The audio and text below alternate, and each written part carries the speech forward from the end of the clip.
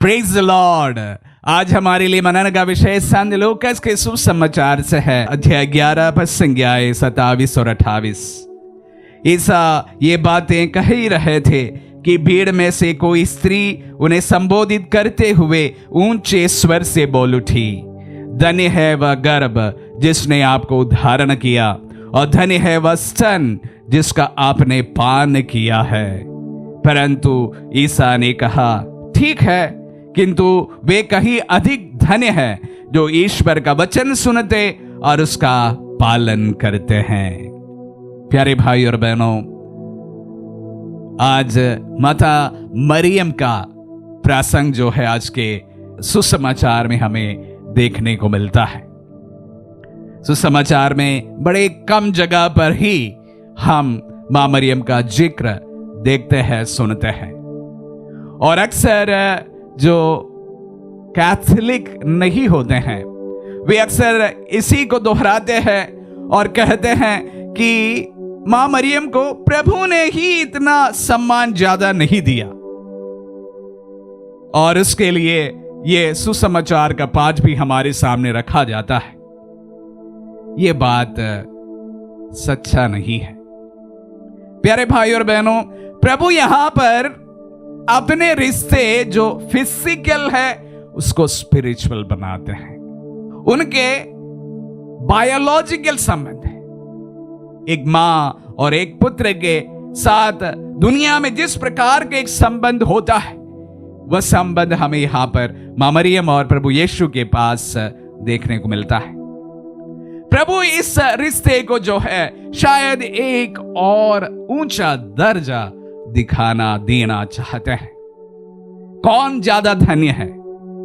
अपनी मां से बढ़कर प्रभु क्या कहते हैं? ठीक है, किंतु वे कहीं अधिक धन्य है जो ईश्वर के वचन सुनते और उसका पालन करते हैं।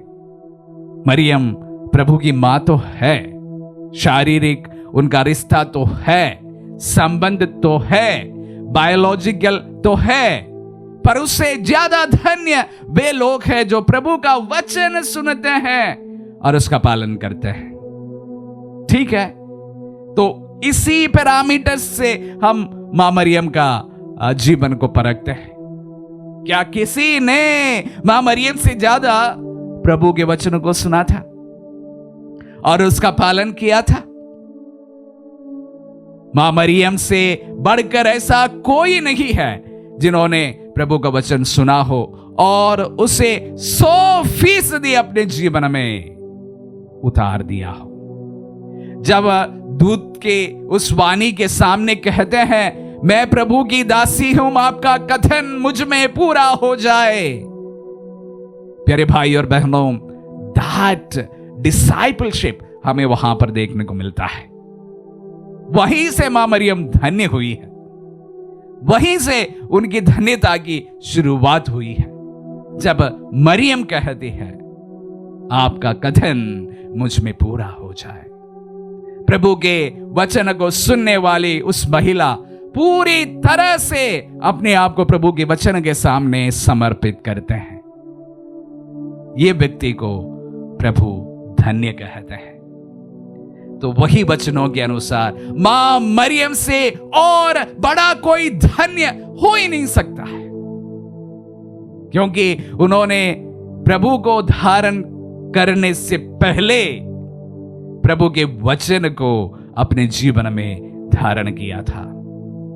जिस तरह से वह कहती है, आपका कथन मुझ में पूरा हो जाए, ये ना जानते हुए भी कि कैसे ये पूरा हो सकता है, इसका क्या परिणाम हो सकता है, इसके बावजूद भी जब वह कहती है कि तेरा कथन मुझ में पूरा हो जाए, यीशु को गर्भ में धारण करने के पहले उस मां ने पुत्र को और उनके वचन को अपने शरीर में धारण की थी।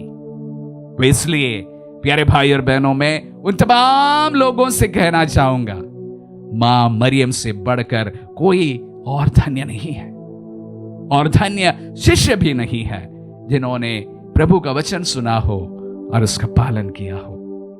उस श्रेणी में जो प्रभु का वचन का सुनना और उसको पालन करने, उस कड़ी में सर्वप्रथम हम उस मां को देखते हैं, तभी हम उन्हें धन्य कहते हैं, तभी हम उनका सम्मान करते हैं और उसका आदर करते हैं। तो जो कोई अगर सोचते हैं कि मां मरियम की भूमिका बहुत सीमित है, प्यारे भाइयों और बहनों, वो मां मरियम का जो भूमिका है कभी भी सीमित नहीं है। प्रभु के नजरों में भी वो सबसे बड़ी थी और ईश्वर के नजर में भी वह सबसे बड़ी है और हमारे नजरों में भी वह सबसे बड़ी है।